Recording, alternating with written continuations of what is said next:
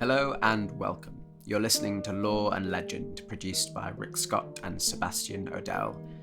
Lore and Legend brings you myths, legends, and fables from the world of folklore and mythology. We're telling stories the way that they're meant to be told, in the style of traditional storytelling and enriched with traditional music and dramatic audio work.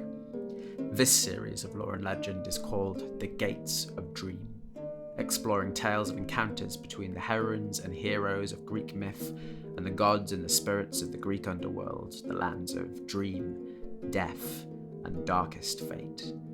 This episode comes to you thanks to the contributions of our Patreon subscribers, Storyfolk Sean Powell, Christy Carson, Shawnee Basket, and Paul Jackson. Please consider joining our heroic patrons in supporting the podcast by becoming a subscriber. Visit our website and click on Support Us for more details. This is our 10th episode, and in it, Odysseus reflects on his deadly rivalry with Palamedes, one of the Warlord Agamemnon's most skillful generals on the battlefield of Troy. From storyteller Sebastian Odell, and featuring the music of Michael Levy, Seikilo, and Caleb Henessey, this is The General's Dream.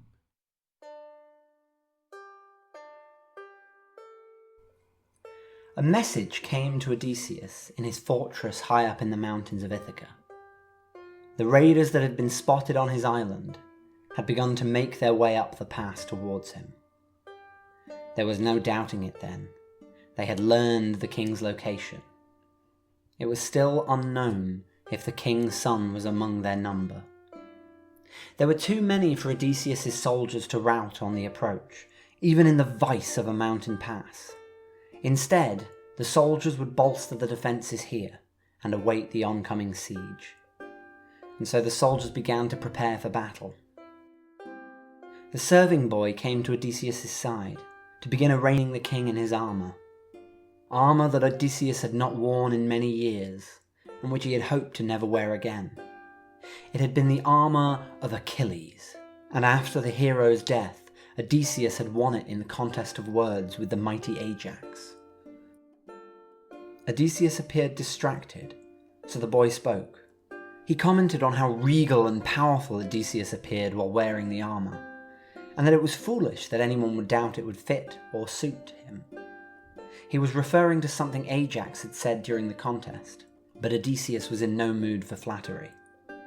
Ajax was a great warrior, he replied, staring forward, and he would have worn this armour with pride and dignity. He would have never resented the chance to wear it again. "Surely," the serving boy said, "you do not suggest that the chieftains were wrong to award you this prize?" "Wrong?" Odysseus asked, now looking at the boy. "And right? These did not enter my thoughts for a second. I never thought that wisdom would prevail upon the mind of Agamemnon. My cunning, my wit, my deft judgment, all these were just means to my end." Now Odysseus walked to the window and looked out on the land of Ithaca below him. "All the time I spent fighting, and as long that I spent on my journeys, I had no doubts in myself. All that I did made sense. I knew what I fought for, what I lied for and cheated for. But now all that I struggled for is gone. I cast out my wife and son, and I skulk in this hidden fortress in my own lands. Now I am sure that Telemachus is leading the raiders who bear down on us. If he is, shall I go out as a hero, replete in this fine armour, and kill my own son? If I do not, will I allow him to damn himself as a patricide? At the last, I could always justify myself to my family. And I wonder, now, what sort of man is Odysseus? He does not look the same to me any more. If, as your story told us, mankind are to act as their own judges, how will they judge me?" The serving boy looked surprised. "Men will judge you just as you have already heard in the songs of the bards. The man who breached the walls of Troy without throwing a single spear, with a horde of Greek warriors hidden within a wooden horse. The Greeks will know you always as their finest general. Do not make of me some noble servant of the Greek people, Odysseus replied, "For all I have given them, I have stolen from them as well. In time, the songs will remember these deeds as well. If Telemachus were here, I would tell him a tale of the ignoble deeds that I have done for his sake, before I banished him, robbing him of his birthright. But he is not here, so I will tell it to you instead."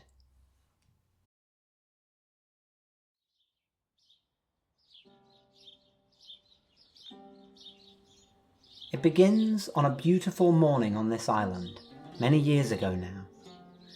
I stood outside the palace and watched the mist clear, smelling the sweet fragrance of the herbs growing by my door. Thinking of my life here with my wife and son, I felt that I was the luckiest man alive. Most of all, I was glad that long before I had failed to win the hand of Helen. Yes, I was one of her suitors, and I bitterly envied fair-haired Menelaus when I realized that Helen would choose him and not me. Yet in time she proved unfaithful to him, and eloped with Paris, Prince of Troy. Meanwhile, my failure with Helen caused me to turn my eye to wise Penelope, and soon we were married. She was my equal in wit, and we could talk for hours together. Now she had borne my son Telemachus, and together we would watch him grow from a babe in arms to a man as strong and wise as his father. But on this day, my peace was broken. A servant rushed up from the harbour to tell me that a ship had arrived. The captain was a chieftain named Palamedes, he said, who had been sent here by Menelaus. Palamedes would say no more until he spoke with me in the palace. I knew immediately what this meant. Menelaus was calling in my oath, the one that I had sworn along with all of Helen's suitors. You must understand, Helen was the most beautiful woman in all the lands, so all the greatest kings had assembled to win her hand. Her father, Tyndareus, feared that choosing any one of these men could make him dozens of powerful enemies. So I presented him with a solution: to make each suitor swear an oath that if they were not chosen, they would fight to defend the claim of the man who was. Any man who sought vengeance for the snub would have to wage war against all the most powerful people in Greek lands. Each suitor agreed, and when Menelaus was chosen, peace was assured. I thought that to be the end of it. But now Menelaus had lost his bride, and he was calling me to honour my oath, and to wage a war on Paris and his father Priam in their impregnable citadel of Troy. I looked at the wife and son I would have to leave, who I might never see again. For all that I had sworn an oath, I could not honour it. An idea began to take shape within my mind. Penelope looked at me. "Whatever you are planning," she said, "I am with you. Tell me what I must do, and it is done." When Palamedes came to the palace, I was not inside. One of my servants told him that they had seen me ploughing the fields behind the palace, and there he found me, hitching an ox and an ass to the same plough. When I drove them forward, the two pulled unevenly, causing the plough to carve a jagged, chaotic path across the field. Penelope tried to stop me, and I viciously rebuked her for it. "Please," she begged Palamedes, "help me stop him. There is no reasoning with him when he has a turn like this. I fear his mind is not sound." The men of Palamedes backed away, concerned that Penelope was right, and there was no way a madman could lead armies in battle. They would have to leave me here. But Palamedes himself narrowed his eyes at Penelope. Without saying a word, he snatched our infant son from her grasp and cast him down to the earth, directly into the path of the oncoming plough. I let out a cry and pulled back the animals as hard as I could. The plough came to rest, just inches from Telemachus' face. I faced Palamedes in a bloody rage. Palamedes smiled and said, "He seems quite sane to me."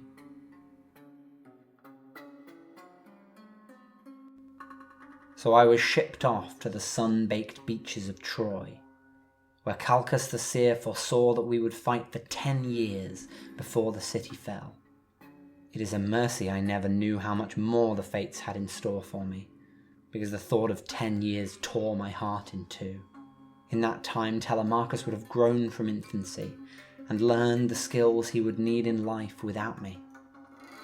My heart burned with hatred for Palamedes.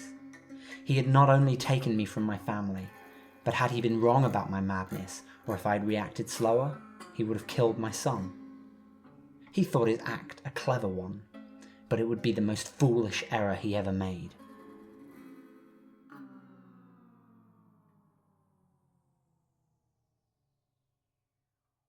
I did not make my hatred known to the others. Palamedes was very well respected.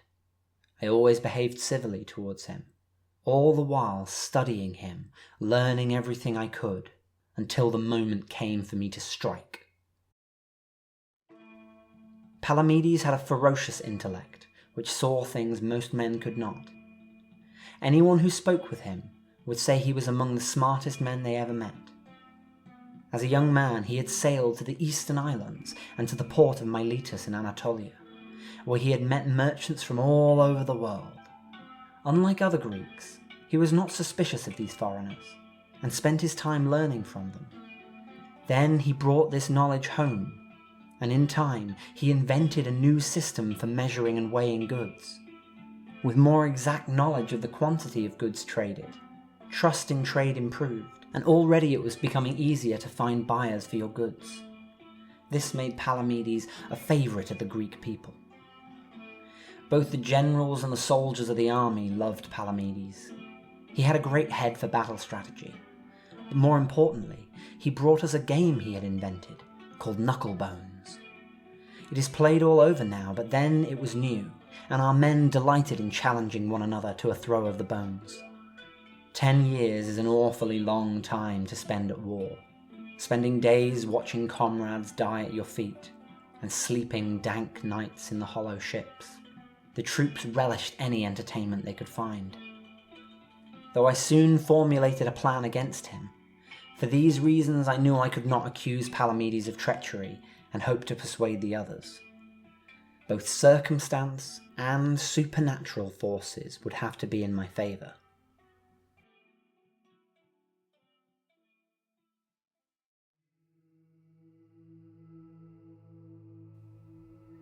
"9 years of the seer's prophecy passed in the shadow of that citadel, and we still did not look close to taking it. Grim death lurked around every corner, and with every assault, more men succumbed to it. Rumblings began among those who remained. Some said that Troy could not be taken, that some charm of the gods must watch over it. Agamemnon and Menelaus began to fear the collapse of their armies if these rumours continued. Then, one day, I captured Priam's son Helenus and tricked him into revealing the secret of Troy's great strength. I bragged about how simple it had been to capture him, and I insulted the religion of the Trojans. Indignant and insecure, Helenus could not resist bragging in return, and he told us that we would never take the city, because of a charm that Zeus had given them. It was called the Palladium. Some men listening gasped. The Palladium was known to those well versed in legend. A wooden statue of the goddess Pallas, carved by Athena herself, it guaranteed that the city that held it could not fall. At this, the rumblings in the troops became worse. A meeting was called among the generals to decide what to do.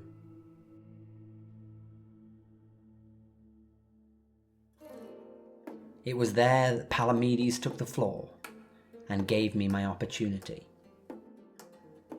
"Friends," he began, "I have long feared that it was not possible to breach the walled city.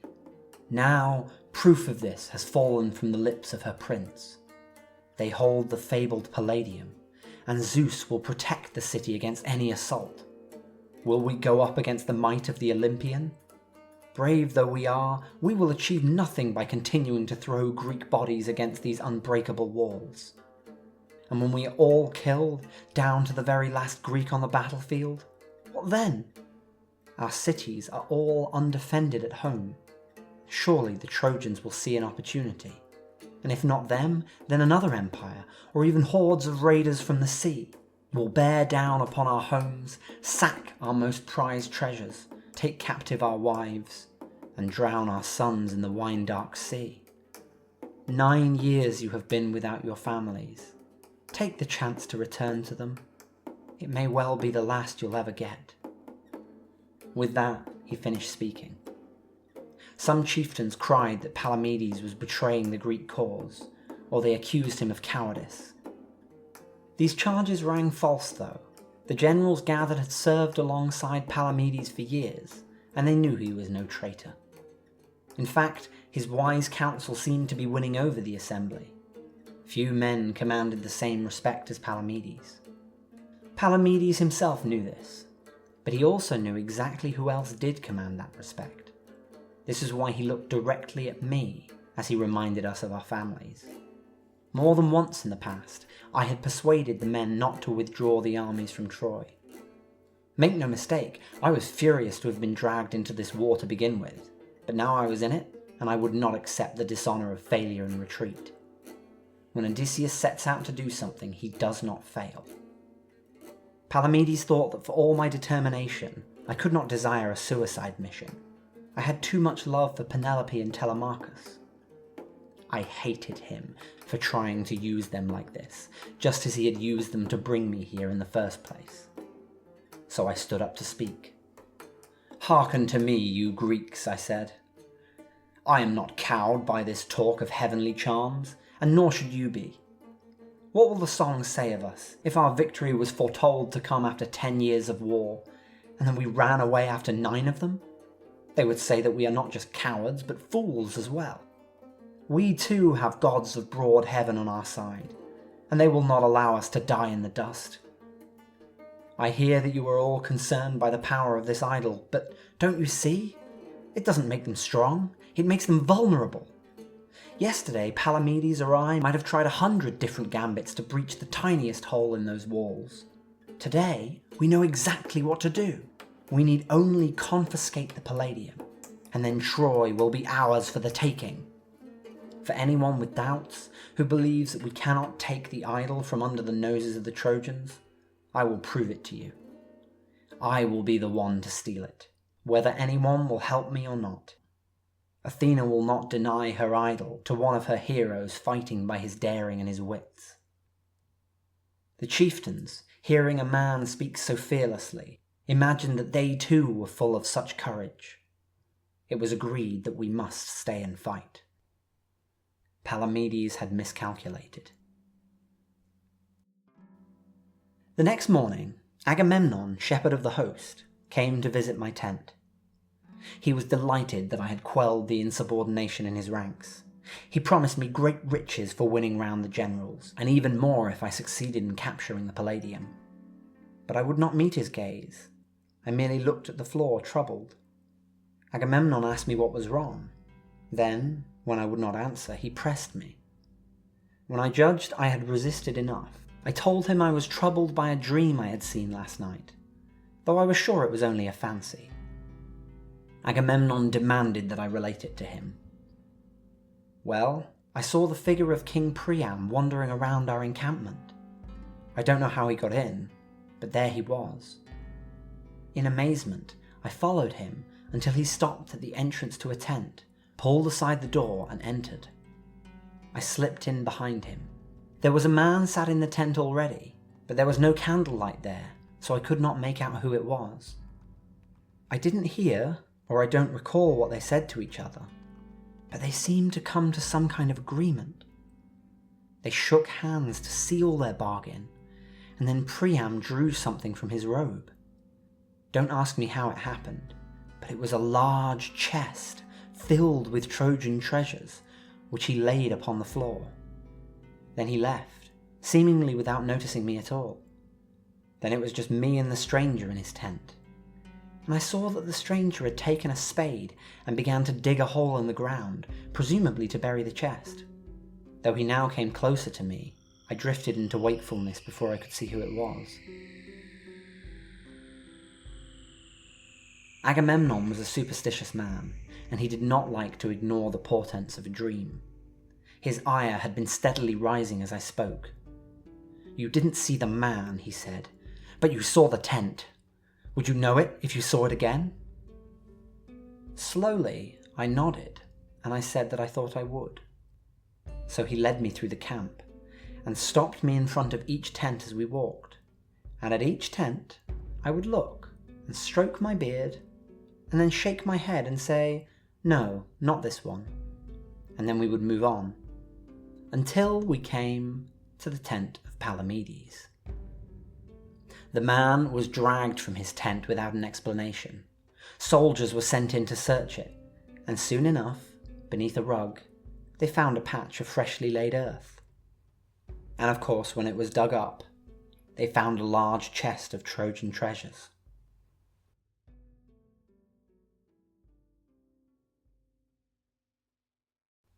Palamedes was tried for treason. He argued furiously that he had worked every day of his life in service for the Greeks. He reminded us of all his wondrous inventions, which had only been to further the cause of his people. Had anyone brought as much to Greece as he had? Why would he now throw away his honour and reputation for a box of Trojan trinkets? What's more, could Agamemnon find one man who had seen him bring this chest into the camp? Did it not make more sense that it had been brought from somewhere inside the camp itself? It was all argued very compellingly. Any reasonable judge would have had to conclude that Palamedes was innocent. But his judge was Agamemnon, the king who had harboured fury and disgust at Palamedes for trying to draw his armies away from the war, had been given an opportunity to punish him. Palamedes was put to death.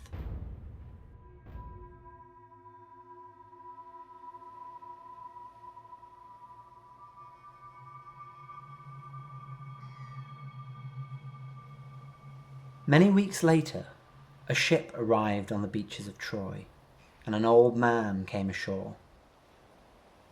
This was Nauplius, father of Palamedes. He had sailed for weeks to be here, to demand an explanation and the return of his son's body. He would not believe Palamedes could be guilty of treachery.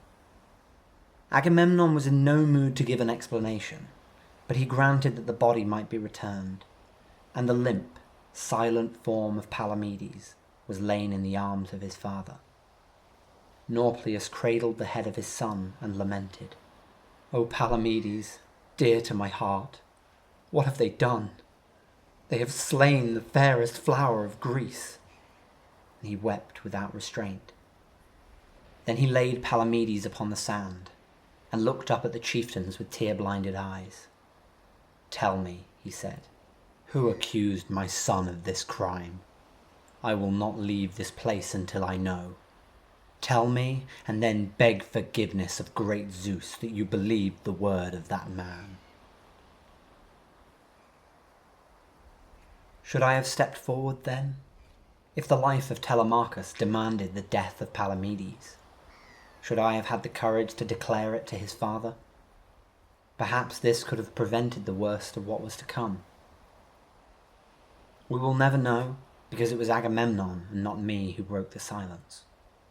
He had condemned Palamedes to his doom, and would not now be told that it was a mistake. Enraged, he told the old man that he should be grateful even to have received the body of this traitor. He would get nothing further here, and it would be wise to leave before he drew the wrath of Agamemnon's armies.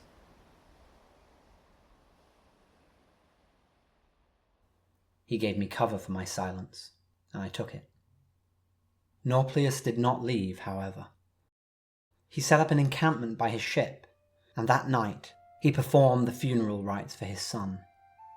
The rebukes of Agamemnon could not keep those who had love for Palamedes from making their way over and paying their respects. I did not go, of course, but a compatriot of mine told me what took place there. When Nauplius had poured the libations, he began to speak of his son. "Palamedes, when you were born, I was tired. Decades of strife in our kingdoms had made me cynical. I carried no great hope for the Greeks. But you blew all that away. You were bright, quick, and endlessly curious. You breathed a new life into me, and I soon delighted in learning ever more, just to satisfy your constant hunger. You were never too proud to admit you didn't know something. You possessed virtues that most Greeks barely even comprehend. Before you reached manhood, I knew you would far excel me in intellect, and hope for the future awakened in me again. I knew you would carry our family name to great things. You proved me wrong so many times, Palamedes. I believed that life among merchants was beneath you, but then you showed me what that experience could bring. The finest moment of my life was watching you frantically explaining how the new system of standard weights would work. With this war, I wanted to be wrong again.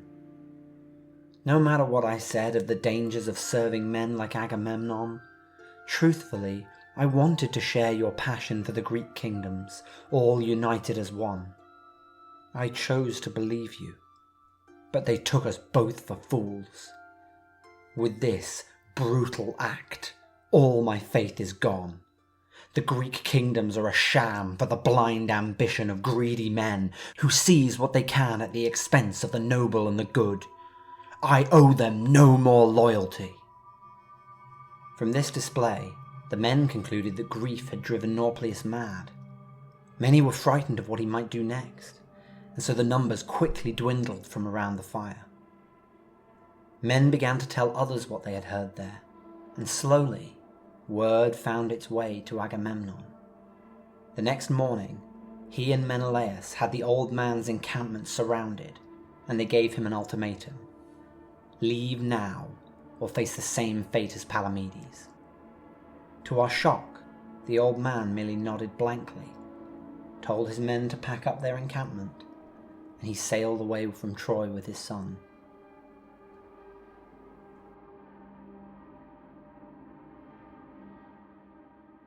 We thought we had won, both Agamemnon and myself. More than anything, this complacency was our crime. Agamemnon believed that his power gave him the freedom to act as he saw fit without fear of consequence. But if you slay a man's son, do not expect to escape without consequences. Remember the tale that you told me of the events that took place in the house of Atreus. It was Nauplius, on his return to Greece, who introduced Clytemnestra to Aegisthus, knowing that they both harboured hatred for their king. No matter how much of those events he planned, Nauplius lived to see his son's executioner slain. As for me, when the war was won, I had all but forgotten the incident. Though I had visited upon Nauplius what Palamedes had only threatened upon me, I fancied that my success was the prize of my superior strategy. I had hid my rage and acted only when the moment was right. Nauplius had shown his hand too soon, and had left Troy without even getting my name. But though he did not reveal it at the time, I have reason to believe that he did learn it, in conspiratorial whispers by the firelight in his camp, and I will tell you why. When the Greek ships finally made it back across the Aegean Sea, a storm struck the fleet off the coast of Euboea. In darkness, wind and rain, the men struggled to keep their ships afloat. They were frightened for their lives and desperate for any sign of safety. When they had reached a moment of calm in the raging tempest, some sailors spotted a light not far away from them. A light meant a lighthouse and safe harbour at last. A dozen or so ships turned their course to make for this light, men rowing with all their might for a chance of reprieve. All of a sudden, the first ship pitched back. Men were thrown like so much debris across the deck and into the deep waters behind. The ship had hit a rock. Now it started to capsize, trapping the remaining men on board. As panic seized the remaining ships, 2 more suffered the same fate. This was no safe harbour. It was a trap. The water was teeming with rocks. No one had a safe passage out. Some men were killed in the crashes, some sank within the ships, and some drowned trying to swim for land. Only a small number of sailors made it to shore. Each man crawled onto land alone, exhausted and drenched in water and fear. Half wild with shock, they began to stumble forward, hunting for any help they could find. The first sailor saw a man on the beach walking towards him, his head concealed within a robe.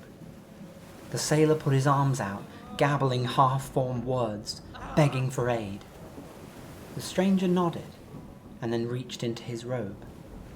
From it, he drew a blade made from sharpened ram's bone. The sailor was so delirious he had no idea what was going on, and continued shambling forwards. He was stabbed repeatedly in the chest, and fell dead upon the beach.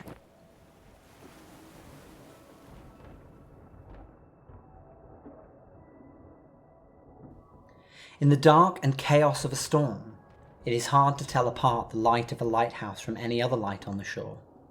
In those conditions, a man with a lantern can stand upon the headland and lure ships towards him. So had Nauplius drawn the ships into his trap and slaughtered every survivor on the beach. And he had not picked those ships at random. These were the ships of the Kephalenians, those who hold Zakynthos, Neraton, and Samos. It was too precise to be a coincidence. In fact, there was only one party of Kephalenians who were not killed that night, and those were the men of Ithaca. Not because of our prowess or our cunning, simply because we had been separated from our compatriots by an earlier storm, the one that had begun my hapless journey as I left Troy. For so long I cursed that storm. Now I see that without it, I would be dead. Perhaps Nauplius never learned that the men of Ithaca were not among the slain. He had controlled every detail that he could, to ensure his son's killer could not escape him. And by the time I was heard from again in my native lands, Nauplius's old age had claimed him. So for the sake of my actions, the surviving Kephalenians all perished.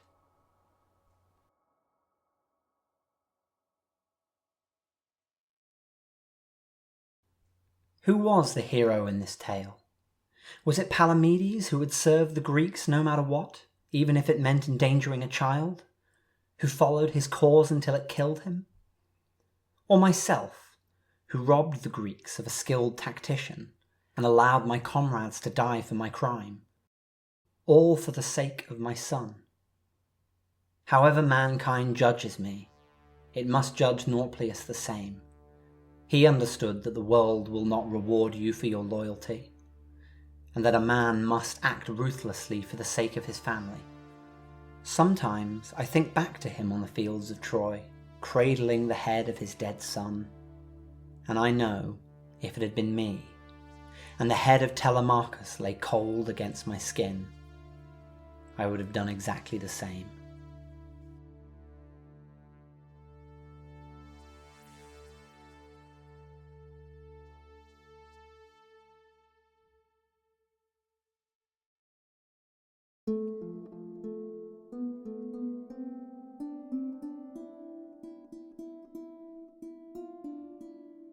The general's dream explores Odysseus's relationship with the figure of Palamedes, who is one of Agamemnon's other generals during the siege of Troy. These days, Palamedes is not a particularly well-known figure. He does not share the fame of Odysseus. And yet, he's remarkable for his status as an apparent equal of Odysseus, a culture hero who was credited with nothing less than the first invention of the Greek alphabet, the discovery of numbers, and standardizing the measures that were used for trade and commerce. He was also said to have invented popular games of chance and strategy. Pausanias said that in Corinth there was a temple of fortune to which Palamedes dedicated the dice that he had invented. The invention of dice probably evolved out of the game of knucklebones, which involved gambling on which side the ankle bones of a sheep would land. And this game itself, it probably evolved from a practice of divination. and indeed many early dice were carved from bits of animal bone. Now, anachronistically, Palamedes has often also been claimed as the inventor of drafts and chess, but the games that were actually played in the ancient world were very different. In Homer, it's said that the Greek warriors Achilles and Ajax became so engrossed in a game during the Trojan War that they failed to notice that the battle was raging around them. The word that was used for this game is pateia, which translates as pebbles, and it's thought it might have been similar to a later Roman game called Latrunculii, or the Game of Robbers. Palamedes is not a central figure in the most influential depictions of the Trojan War in Homer. This led Philostratus to declare that Palamedes found his bitterest enemies in Odysseus and Homer, for the one laid an ambush against him of people by whom he was stoned to death, while the other denied him any place in his epic. But his story is mentioned by the Roman poet Ovid in his Metamorphoses, which sees Odysseus, or Ulysses as the Romans called him, in a contest with fellow warrior Ajax to claim the armour of the fallen hero Achilles. Ajax specifically refers to the story about Odysseus and his betrayal of Palamedes. Our knowledge of Palamedes then comes from accounts by people like Philostratus, Apollodorus, Pausanias, Hyginus, and later Virgil and Ovid. And they tell how Agamemnon dispatched Palamedes to call Odysseus into service for the war against Troy. Odysseus attempted to dodge this draft and feign madness by ploughing his fields with a donkey and sowing it with salt. But seeing through the deception, Palamedes proved him sane by endangering the life of his infant son, Telemachus. Accounts of how Odysseus got his revenge at Troy differ. Many of them revolve around a forged letter from the Trojan king Priam, promising Palamedes riches if he would betray the army. Palamedes is then killed or executed, but this is said to happen in different ways. Sometimes it is Odysseus and the warrior Diomedes who stone him to death, or they drown him on a fishing trip, or in another version they lure him into a well with the promise of treasure, and then they fill the well with stones, killing Palamedes. In some accounts, Odysseus also makes sure that the treachery revealed by the forged letter is confirmed, and he does this by burying gold in a place where it looks like it's been beneath Palamedes' tent. Some say that Odysseus told Agamemnon that a dream had warned him that the Greeks needed to move their camp. When they moved their camp back to the place that it had been before, they discovered the freshly dug earth where Palamedes' tent had been, and they uncovered the chest of gold which they believed incriminated him. So the animosity between Odysseus and Palamedes thus forms another strand in the dense cluster of myths which surround the central myth of the siege, the fall, and the return of Troy. They are both portrayed as skilled speakers and tacticians. In the Iliad, we see Odysseus using his skills as an orator and a rhetorician to turn around the Greek army when they're in danger of turning around and sailing off for home. And he uses those skills again in that aforementioned contest to claim Achilles' armour. Palamedes' own reputation for intelligence and rhetorical skill is reflected in the Defence of Palamedes, a text by the ancient Greek sophist Gorgias, which modelled rhetorical strategy. But the contest over the armour of Achilles highlights what may have been an important difference between the two. Because while Palamedes may have been considered honourable, Odysseus was often unscrupulous. Indeed, the defence of Palamedes opens with this line: "This trial is concerned not with death, which comes to all, but with honour, whether I am to die justly or unjustly, under a load of disgrace." So Sebastian's take on these myths in this episode pits the rhetorical skills and the strategic politics of these two generals against each other in a battle to control the sympathies and passions of the Greek camp and its leaders. Odysseus employs the tricky use of a dream slightly differently in Seb's version, using it as a strategy to point out Palamedes' tent rather than moving the Greek encampment. Odysseus' use of dreams to manipulate and control those around him is a recurring trope depictions of his wit and strategic sense.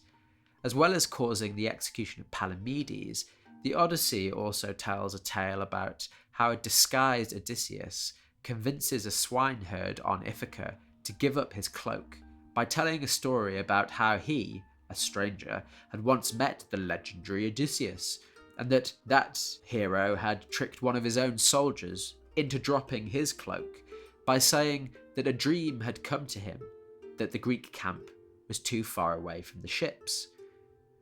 The man jumps up and goes to deliver this message to Agamemnon, dropping his cloak, which is all that Odysseus really wanted. But it's interesting that the story about the dream is almost exactly the same as in the story about Palamedes. Does this mean that talking about dreams was a reliable way for Odysseus to manipulate Agamemnon? Or are they in fact part of the same plan, an incident? Were they being linked together by ancient storytellers? The story of Palamedes also carved out a significant role for his father in the mythos of the Trojan War and the returns. Enraged by the execution of his son, Nauplius becomes a kind of villainous mastermind behind the misfortunes that befall the returning Greeks, a human antagonist who plans the destruction of a significant part of the Aegean fleet, instigates and enables the murder of Agamemnon by his wife Clytemnestra and Aegisthus. Aeschylus's play Agamemnon describes how the return of the Greeks is signalled by the lighting of beacons along the coast of Greece, which alerts the usurpers to Agamemnon's return. In other stories, Nauplius was said to have stationed spies all along the coast as well, and to have lured many of the Greek ships by lighting false beacons that drew them onto the rocks. He therefore seized the opportunity provided by the divine storms which enveloped them during their journey home. And it continues the central themes of these Trojan epics, in which the ego and hubris of the key players in the events of the war are revisited on them, not only by the gods, to whom they didn't repay proper respect or dues, but also by the families of their human victims.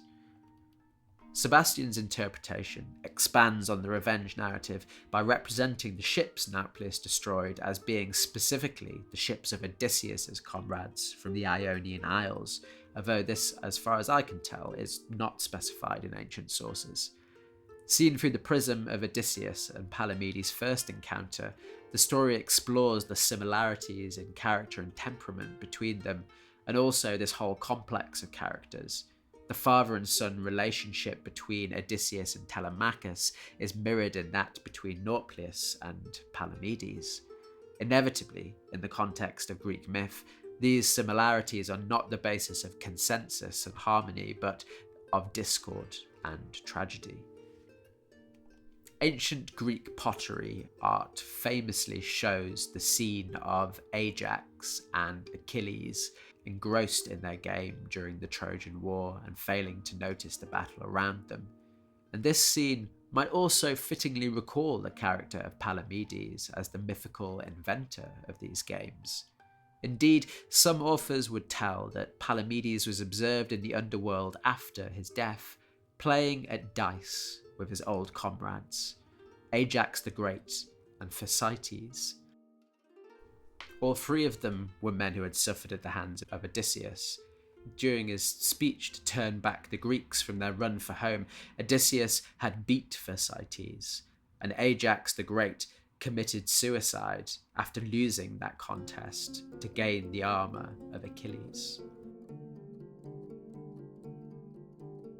Next time on Lore and Legend, Odysseus tells of his time on the island of Kirke, and he hears what happened when the sorceress Medea dared to use her magic to lay a spell on Selene, the goddess of the moon.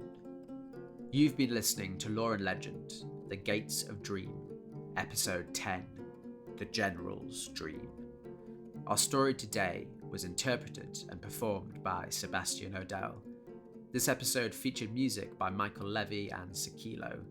Additional sounds and music were sourced from the community at freesound.org, and full audio credits are available on our website. For news about upcoming episodes and more info about our stories and the research on their sources in world folklore, you can find us at www.loreandlegend.co.uk. On Facebook and Twitter, search for @ofLoreandLegend. If you like what you hear and you want to help us keep on making a great show, please consider supporting the podcast with a one-time contribution through Ko-Fi or supporting us regularly as a patron. You can find details on the website of how to do that. So once again, sweet dreams, plain sailing, and thanks to you all for listening, Storyfolk.